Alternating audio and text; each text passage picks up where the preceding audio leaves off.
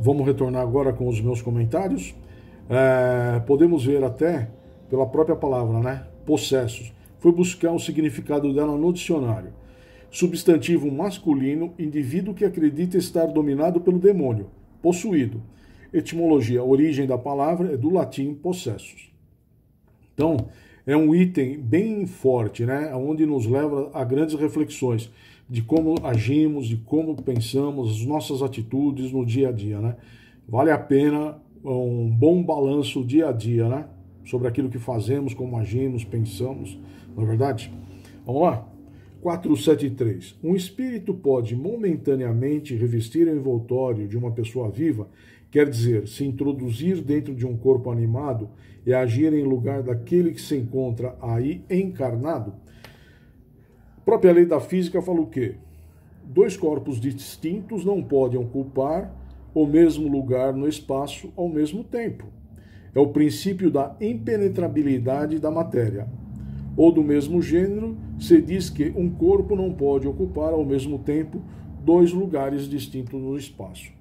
A própria lei da física já responde, né? Mas, vamos lá. Então, nós temos dois espíritos no mesmo corpo?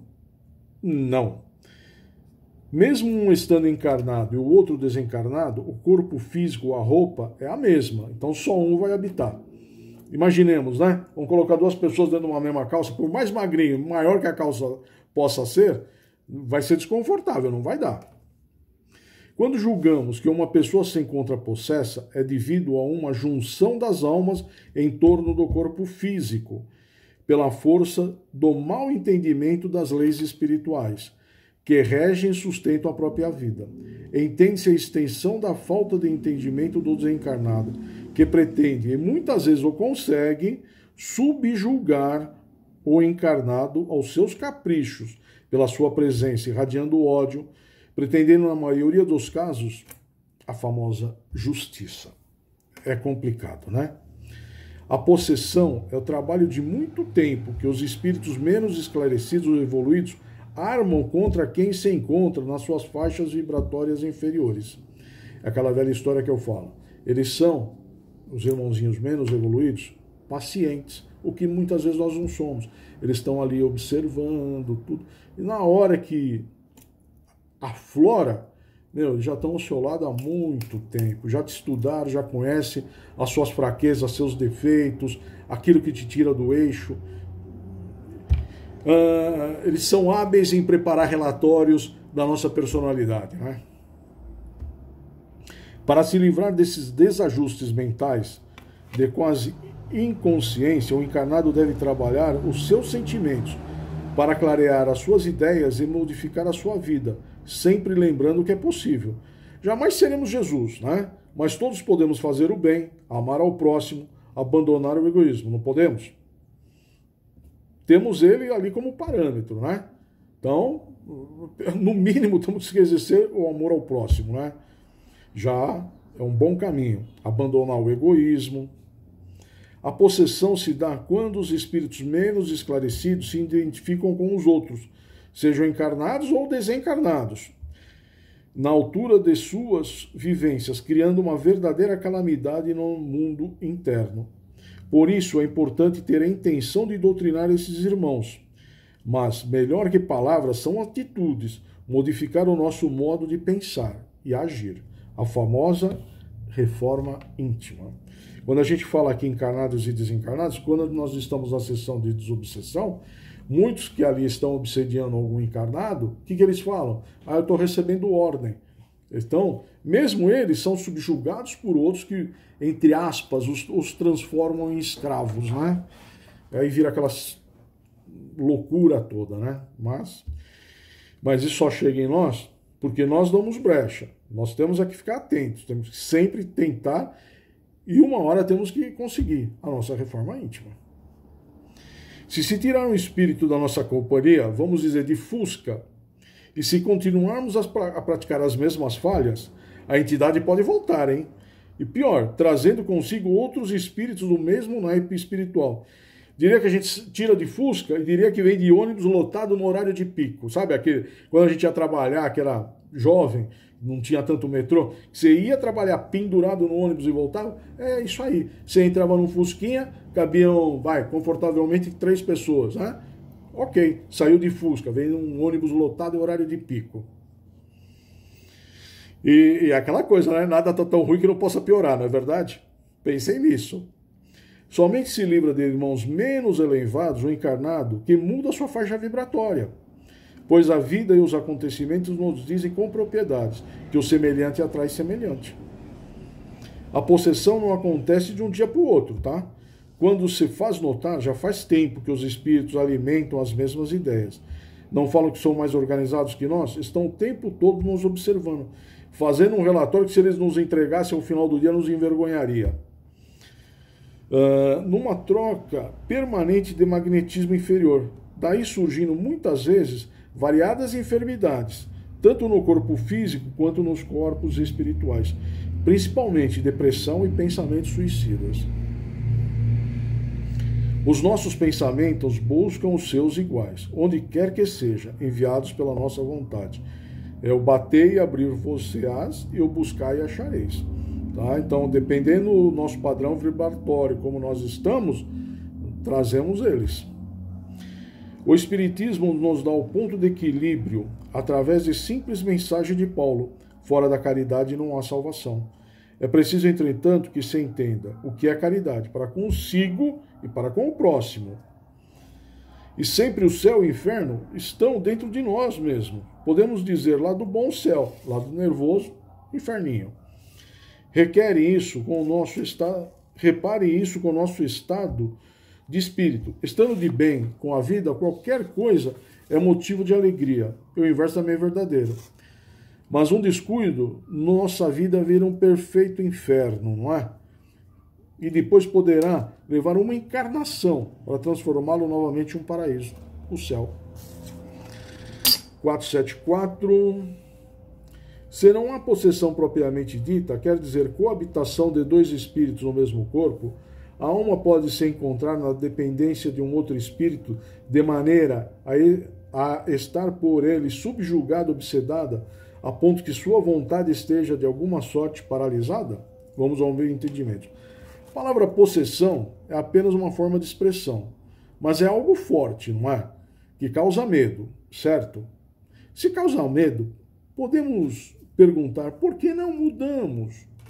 Até os espíritos menos evoluídos mudam. Demora, mas mudam. Por que demoramos para acordar, não é? Seria tudo mais simples se acordássemos rápido, né? Atentássemos para as ciladas, entre aspas, que somos expostos diariamente, né? Mas tem o seu tempo para tudo, né? Existe sempre uma profunda sintonia dos 2 espíritos que se afinizam. Quando nos reunimos em grupo, como estamos agora, por que o fazemos? Porque nos afinizamos com as ideias, atitudes, pensamentos. Essa afinidade inferior é que precisa ser quebrada. E só será quebrada quando ocorrer uma educação, nesse caso, nossa. Nós, encarnados, teremos de promover para o bem-estar mudanças nos nossos sentimentos mais profundos, aqueles que estão escondidinhos. Existem os pensamentos secretos que alimentamos e que temos prazer, muitas vezes, de sentir. E são eles que criam uma linha de comunicação com espíritos menos evoluídos. Aí começa tudo de novo. Vamos para o centro, fazemos o evangelho, tomamos o passe, temos a desobsessão. Tá? Aí sai um, vem outro. É um ciclo vicioso que precisa ser quebrado com a nossa mudança. Primeiro e depois demonstrar, não só em palavras, tá? Fácil falar, mudei, estou bonzinho, estou um santinho. E as atitudes? Tá? As atitudes são o verdadeiro significado da palavra amor. Mudar na boca, para fora é fácil. Eu vejo mudar no coração e nas atitudes no nosso dia a dia. A possessão é capaz de tirar devagarinho a nossa consciência, cedendo lugar a uma consciência estranha e dominar nossa vida. Em muitos casos, acontece a dependência de maneira profunda da companhia da entidade espiritual. Sai ou a pessoa sente falta. Muitos dizem que os verdadeiros possessos ficam completamente inconscientes, mas não é assim, pela minha visão. Ninguém, por lei espiritual, rouba a consciência do outro. Nas profundezas dos pensamentos, está a liberdade de pensar. No entanto, podemos encontrar a resistência dos que nos dominam pela compatibilidade de ideias más. Repetimos, nunca caímos na inconsciência total. Isso é como um vício, né? Cria uma dependência. E se falando de dependência, encontramos nesses encarnados uma dependência da outra. Em muitas circunstâncias, e às vezes se demoram nesse processo, um esperando do outro, para se completar e viver. Muito louco, né? A falta de personalidade é falta de equilíbrio emocional. Isso é se deixar ter uma possessão encarnada. Não esperemos que os outros vão resolver os nossos problemas. Lembramos, se existem problemas, são criação nossa. Deus jamais cria problemas. Ele nos dá a oportunidade das correções. A natureza já dá o exemplo que os elementos nobres não se misturam. E essa nobreza que devemos conquistar. Entendam, não se isolar de forma espiritual, e sim não atrair essas companhias. Tá? Não é se isolando que vamos resolver os problemas.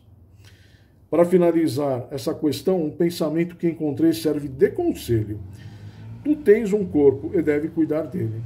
Faze dele teu conhecido, porque um corpo fortalecido, com uma mente dotada de conhecimentos espirituais, terá facilidade de resistência bem maior, para que possas te libertar dessas companhias indesejadas. Lança a mão da fraternidade, aquela que não desconhece o amor no sentido da caridade. Circular em teu coração. Não julgueis a ninguém, não calumnieis teus companheiros, e não ofenda aos teus semelhantes. O tempo é curto para consertarmos a nós mesmos, e se empregarmos esse tempo a vigiar a vida alheia, ficaremos envolvidos no próprio mal dos outros, e passaremos a sofrer as consequências de todos os males que ideamos. Bárbaro, né? 475. Pode-se por si mesmo afastar os maus espíritos e se libertar de sua dominação? Para libertar-se da dominação dos espíritos inferiores, é indispensável cortar a sintonia que temos com eles. Já dissemos muitas vezes que a obsessão pode se transformar em possessão. É processo de afinidade espiritual do obsediado com o obsessor. Você chama. O poder da vontade é válido, mas não é somente pela vontade, já que é um bom começo que se pode ficar livre dos espíritos perseguidores. A razão nos fala que devemos nos livrar desse tipo de companhia, mudando o modo de pensar e certamente de viver. Poderíamos mesmo até chamar de evolução mental, que não é fácil de conquistarmos, todavia não é impossível. Depois que passarmos ao domínio de nós mesmos, aí daremos um grande passo à frente, né? Um grande passo à frente. Se nos modificarmos, nos integraremos com a caridade, com o amor ao próximo.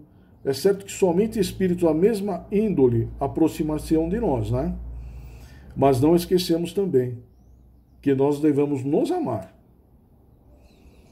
A possessão jamais domina completamente o indivíduo, e ficando um resto de luz nas ideias, né? Como nem todo mundo é 100% bom e todo mundo não é 100% ruim, existe sempre aquele espaçozinho, aquele pequeno detalhe que deu chance, tanto nós damos chance no vacilo de segundos, como também sempre tem uma horinha que bate, quero mudar, e é nessa hora que os irmãos conseguem chegar próximo de nós. Tá? Como os irmãos menos evoluídos fazem, graças a Deus, os de luz, esperam também aquele momentinho de consciência nossa para nos ajudar, né? A última da noite, 476, não pode acontecer que a fascinação exercida pelo mau espírito seja tal que a pessoa subjugada não a perceba? Então, uma terceira pessoa pode fazer cessar a subjeição? Nesse caso, que condição deve ela empregar? Vamos lá. Primeiro, definição de um homem de bem. É aquele que se encontra moralizado pelo domínio do Evangelho de nosso Senhor Jesus Cristo. Essa criatura tem força sobre os espíritos ignorantes e menos evoluídos. Ignorantes é forte, eu não gosto muito.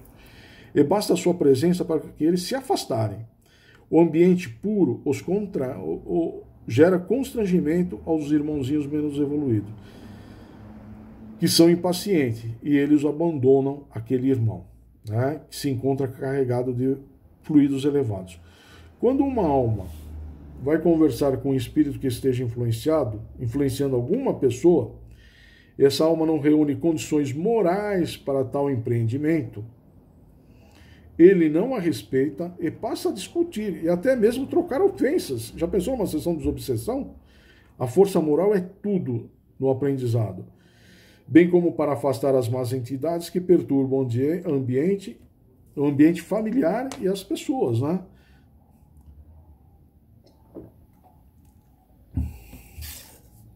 Estou tentando correr um pouquinho para ele não ficar tão longo o vídeo como ficou nas semanas anteriores, mas estou vendo que não vai dar muito certo, não.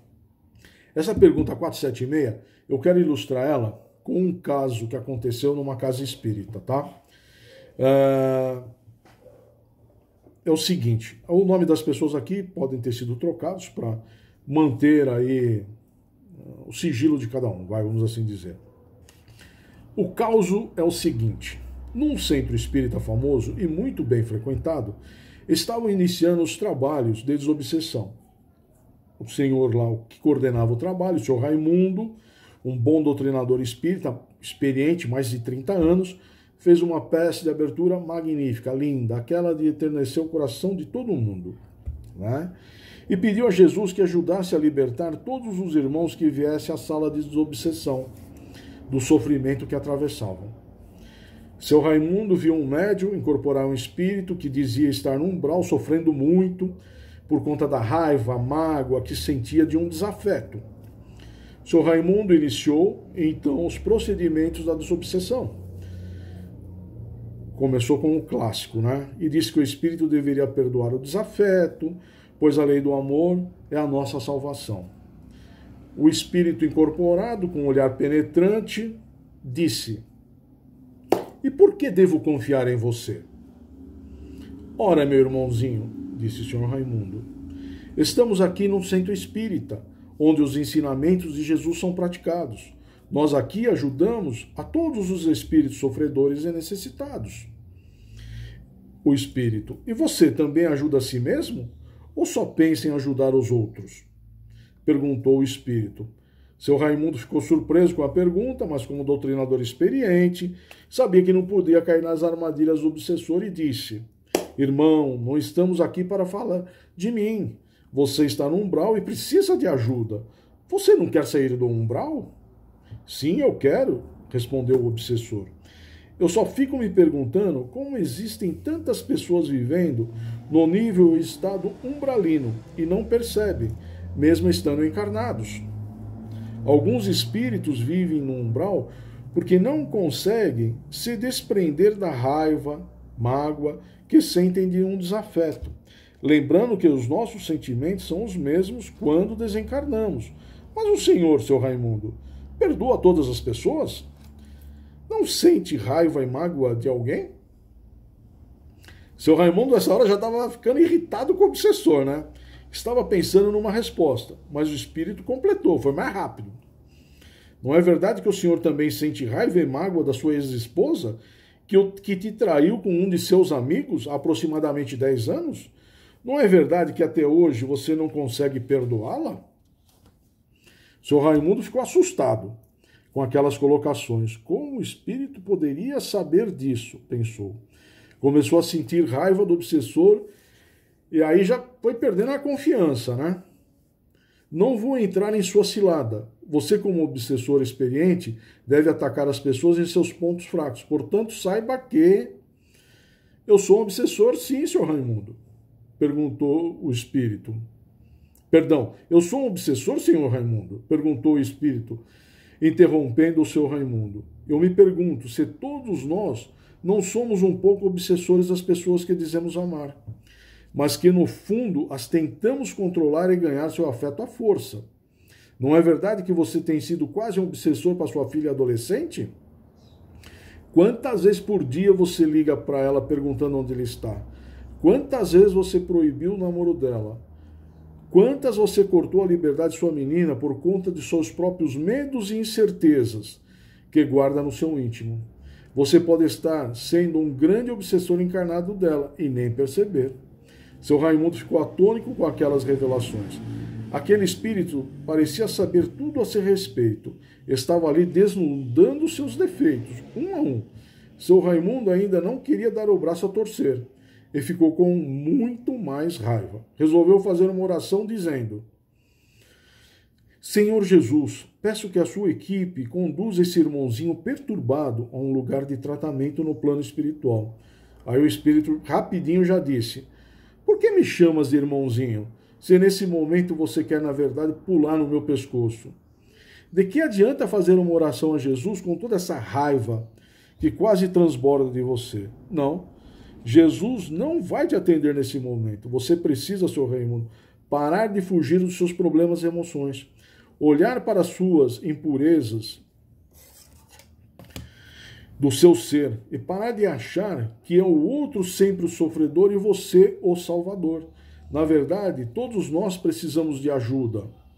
Todos somos sofredores, em maior ou menor grau, e orientar o outro a praticar aquilo que nós mesmos não realizamos em nossa vida. É nada mais, nada menos do que hipocrisia.